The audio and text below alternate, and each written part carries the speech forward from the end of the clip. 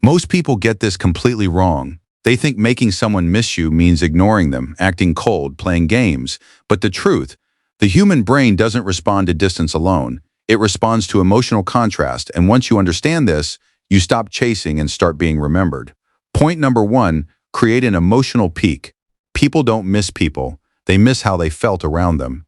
The brain is wired to remember emotional highs, a deep conversation, a moment of laughter, something unexpected. This is called a peak experience. If all your interactions are average, your absence feels average too. But if you create one strong emotional moment, your absence creates a gap the brain tries to fill. No peak means nothing to miss. Point number two, break the pattern. The brain loves routine. It builds expectations around people. Text every morning, you become predictable. Call every night, you become part of the background.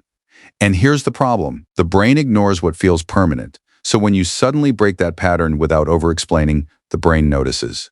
That silence, it turns into curiosity. Curiosity turns into attention, and attention is the beginning of missing. Point number three, leave at the right moment.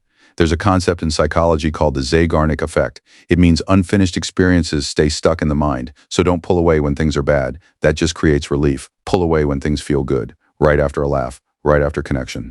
Because now the brain expects more, but doesn't get it. That's what creates mental replay.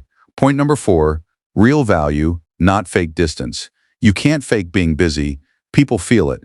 If your world revolves around waiting for their message, your absence has no weight. But when your life is actually full, goals work, growth, your time becomes valuable. And people don't miss availability. They miss rarity. Point number five, controlled inconsistency. Here's where it gets powerful. The strongest emotional attachment doesn't come from consistency. It comes from unpredictability. This is known as intermittent reinforcement. You don't disappear forever. You reappear briefly, meaningfully, then step back again. A message, a memory, a moment, this creates a dopamine spike. And because it's unpredictable, the brain keeps checking for you. This isn't about manipulation. It's about understanding value. When your presence creates impact, your absence creates meaning, and that's what makes someone miss you. If you understand this, you stop chasing and start attracting. Subscribe to Mind Shadows for more deep psychological breakdowns.